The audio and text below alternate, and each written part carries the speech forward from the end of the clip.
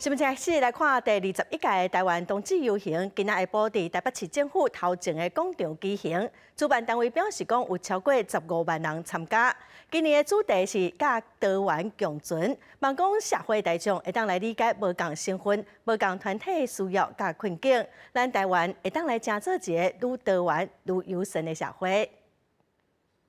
台湾同志支持热线的伙伴，摕各种彩虹旗、甲细粒鸡龟仔游行队伍规大阵，伫台北市政府广场集合，参加今年度的冬季游行活动。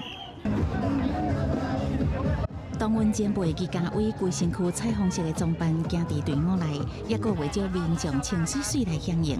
而且，干那要做这的服装，其实都要开真济时间。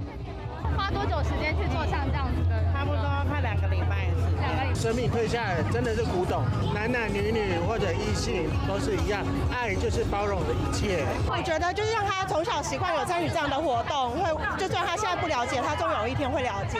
也阁为少家长带囡仔出席。第21届台湾冬季游行，今年主题叫做“甲多元同行”，目标是要让社会各界会当理解无共族群的需求甲困境，减少对立。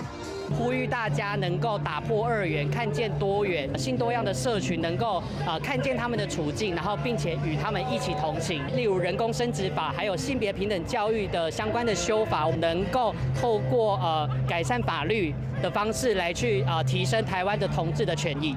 今年冬季游行主办单位一共有15万人参加，不过除了台北市政府前东区街路的劳日队伍以外。 总统府前的凯道原来有托育加幼教亲属来集会。我们不需要一些繁节缛节的一些条文来框架老师，让老师动不动就有可能因为一个误会就必须要停止，然后呢，他必须要被接受调查。幼教团体呼吁政府应该爱修改幼教现场不合理的管制法令，同时嘛倡议，让家长会当提早下班。 细汉囡仔会当有够的亲子时间，老师嘛会当有正常上下班的时间。记者综合报道。